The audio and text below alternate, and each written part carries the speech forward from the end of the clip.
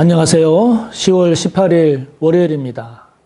새로운 한 주간을 하나님께서 허락해 주셨는데 요즘 날씨가 온도차가 굉장히 크게 나죠. 성도님들 특별히 건강을 잘 챙기시기를 바랍니다. 다 같이 사도신경으로 우리의 신앙을 고백합니다. 나는 전능하신 아버지 하나님, 천지의 창조주를 믿습니다. 나는 그의 유일하신 아들 우리 주 예수 그리스도를 믿습니다. 그는 성령으로 잉태되어 동정녀 마리아에게서 나시고 본디오 빌라도에게 고난을 받아 십자가에 못 박혀 죽으시고 장사된 지 사흘 만에 죽은 자 가운데서 다시 살아나셨으며 하늘에 오르시어 전능하신 아버지 하나님 우편에 앉아 계시다가 거기로부터 살아있는 자와 죽은 자를 심판하러 오십니다.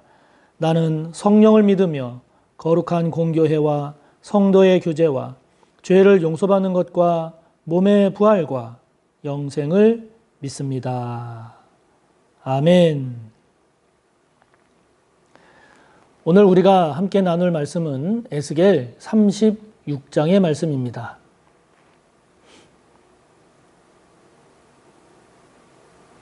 에스겔 36장 오늘은 1절부터 15절까지의 말씀을 함께 나누겠습니다.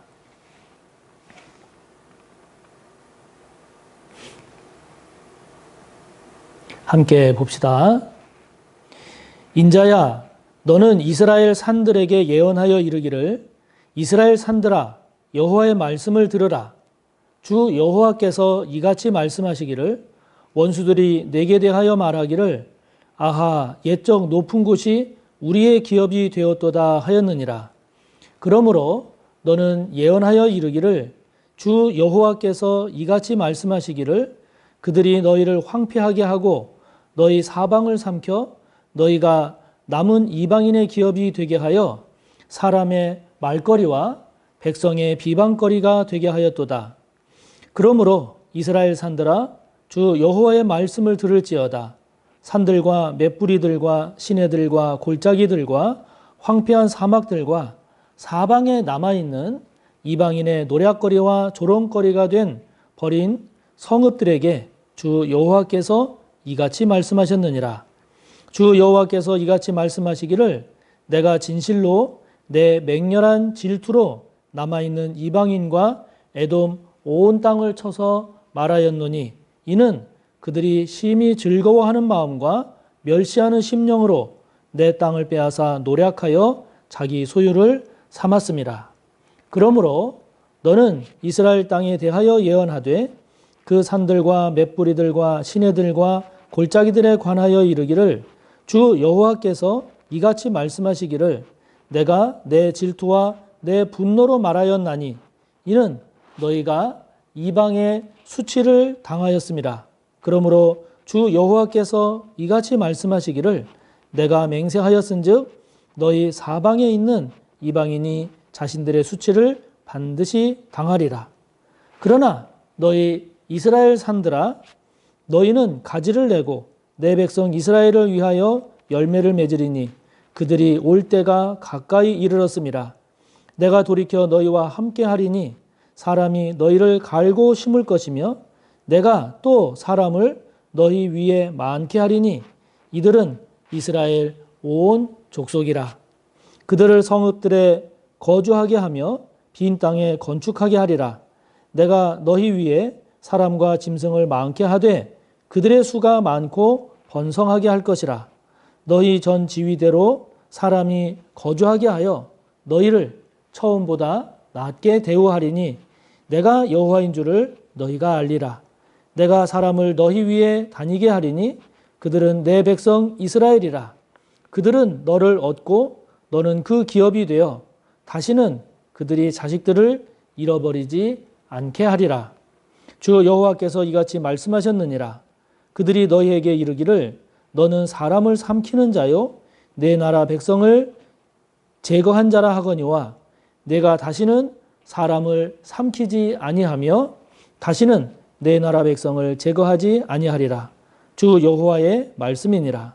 내가 또 너를 여러 나라의 수치를 듣지 아니하게 하며 만민의 비방을 다시 받지 아니하게 하며 내 나라 백성을 다시 넘어뜨리지 아니하게 하리라.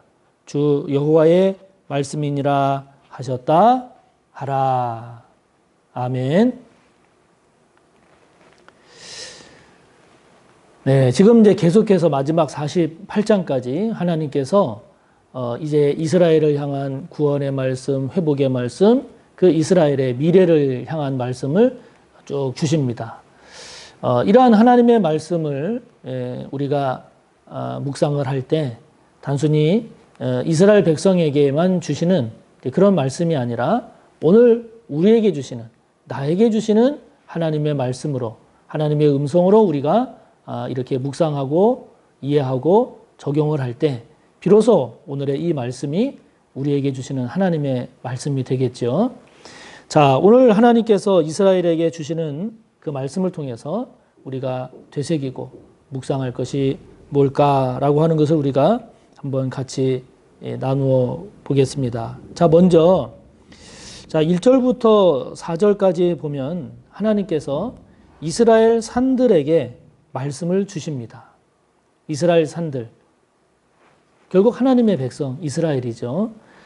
그 말씀을 주시는데, 지금 상황이 어떤고 하니, 2절을 보면, 이스라엘 백성의 원수들이, 이스라엘의 원수들이, 그러니까 이스라엘을 멸망시켰다든지 또는 이스라엘이 잘못되기를 바라는 그러한 나라, 그러한 민족들이라든지 그러한 원수들이 지금 이스라엘을 향하여 말하기를 아하, 옛적 높은 곳이 우리의 기업이 되었도다. 지금 이렇게 이야기합니다.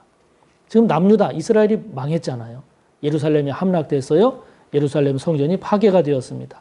그러니까 그 땅의 지배권을 빼앗긴 거죠. 바벨론에게. 빼앗겼는데 그 대적들이, 원수들이 말하기를 아하, 옛적 높은 곳이 우리의 기업이 됐다. 그 예전에는 떵떵거리고 그렇게 잘 나가고 하나님의 백성이라고 그렇게 의시되더니 지금은 망해서 그 땅이 우리의 기업이 되었다. 지금 이렇게 이야기를 하는 거죠. 그러면서 3절의 뒷부분을 보면 지금 이스라엘의 처지가 어떤가? 사람의 말거리가 되고 백성의 비방거리가 되고 또 4절을 보면 이방의 노략거리와 조롱거리가 되어버렸죠. 지금 상태가 그런 겁니다. 이스라엘 백성의 지금 현실적인 상황이 망해서 사람들의 말거리, 백성의 비방거리, 이방인들의 그런 노략거리와 조롱거리가 돼 있단 말이죠.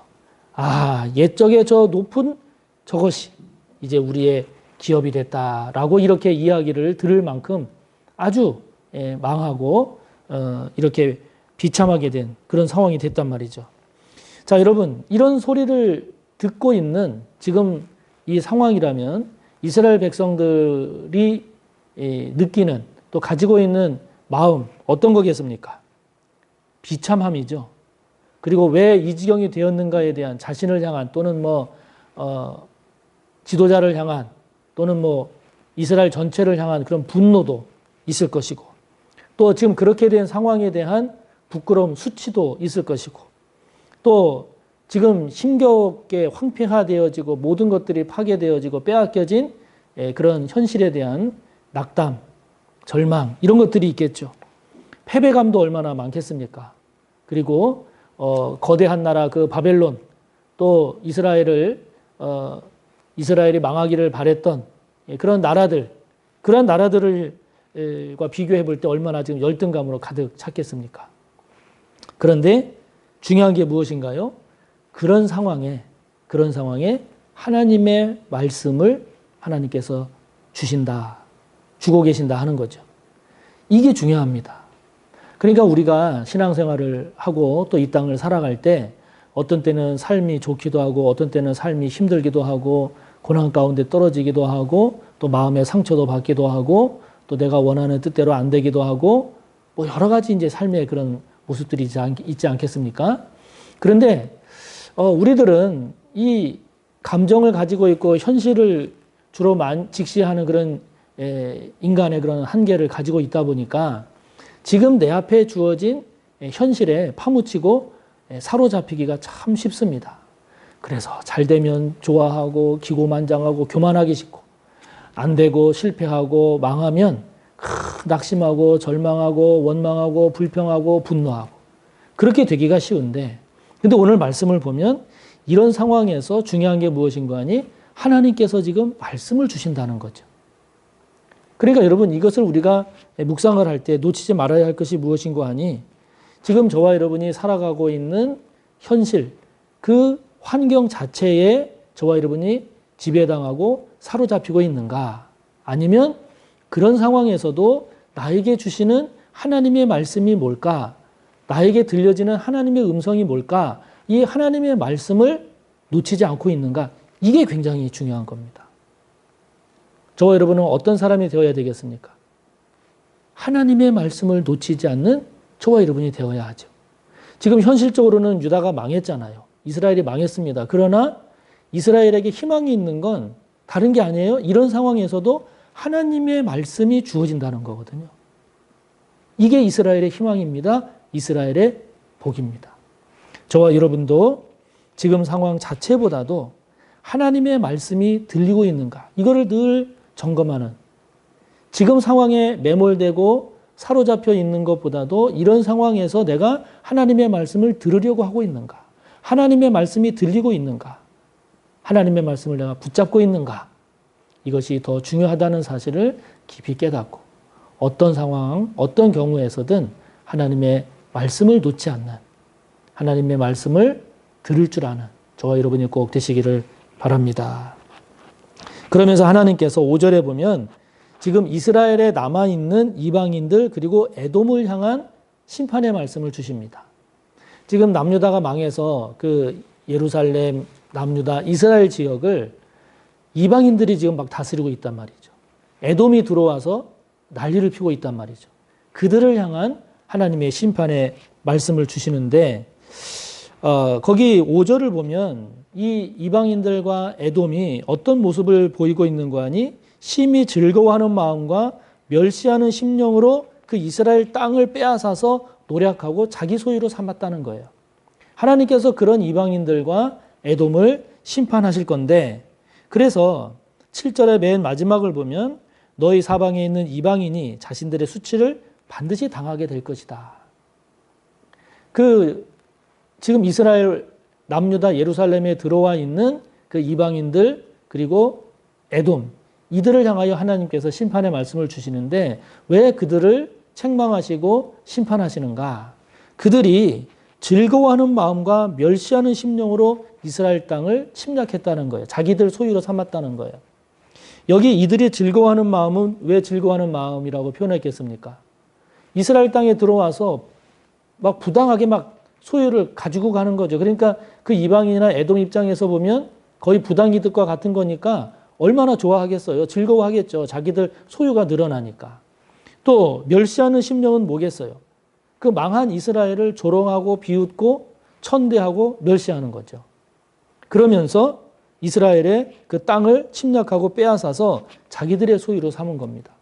왜 하나님께서 이들을 심판하시고 나중에 수치를 당하게 하실까요?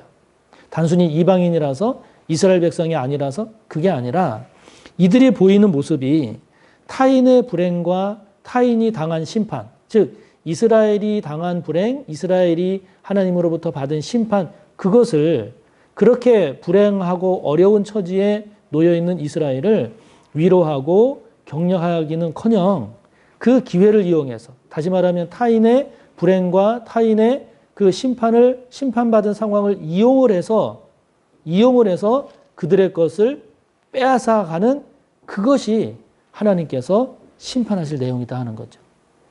여러분, 이게 그 미국이나 이런 데서 막 치안이 무너지고 할 때 막 그 사람들이 마트나 이런 데 들어가서 막 약탈하고 방어하고 그러잖아요. 그런 거하고 똑같은 거예요. 지금 그 가게 주인이 당한 위기와 그리고 공포, 그거를 이용을 해서 거기에 들어가서 그냥 막 약탈하는, 그야말로 즐거운 마음과 조롱하는 마음으로 말이죠. 그러니까 우리도 개인적으로도 마찬가지입니다. 저와 여러분이 사람인지라 누구를 싫어할 수도 있잖아요. 미워할 수도 있잖아요. 아유, 그 사람 잘못됐으면 좋겠다 하는 거 있잖아요. 근데 그 사람이 진짜 불행을 맞이했어요.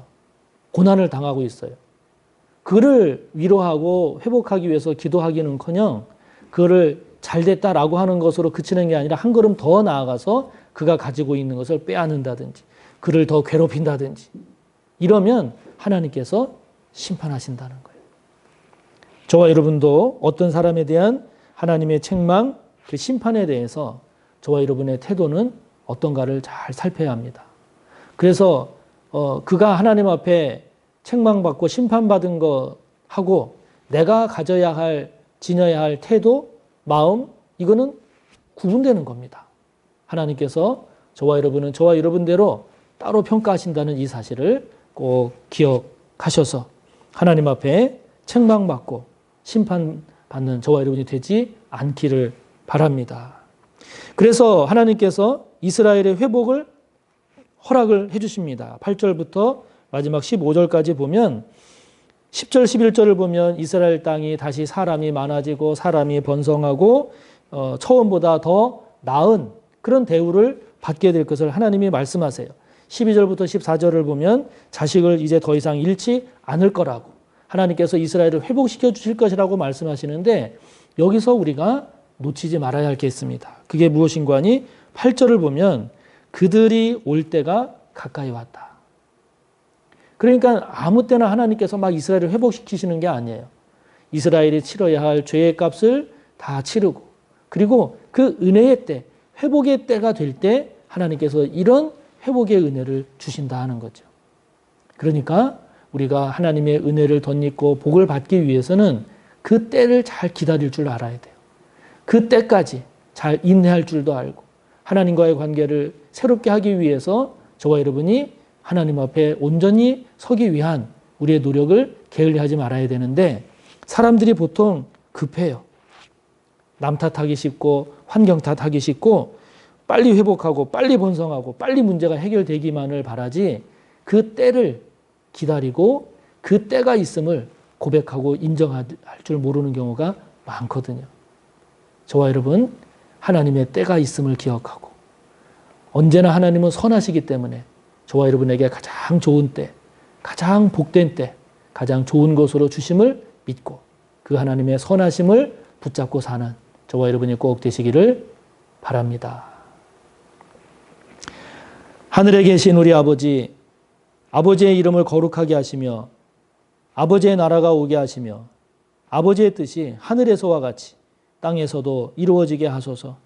오늘 우리에게 일용할 양식을 주시고 우리가 우리에게 잘못한 사람을 용서하여 준 것 같이 우리 죄를 용서하여 주시고 우리를 시험에 빠지지 않게 하시고 악에서 구하소서. 나라와 권능과 영광이 영원히 아버지의 것입니다. 아멘.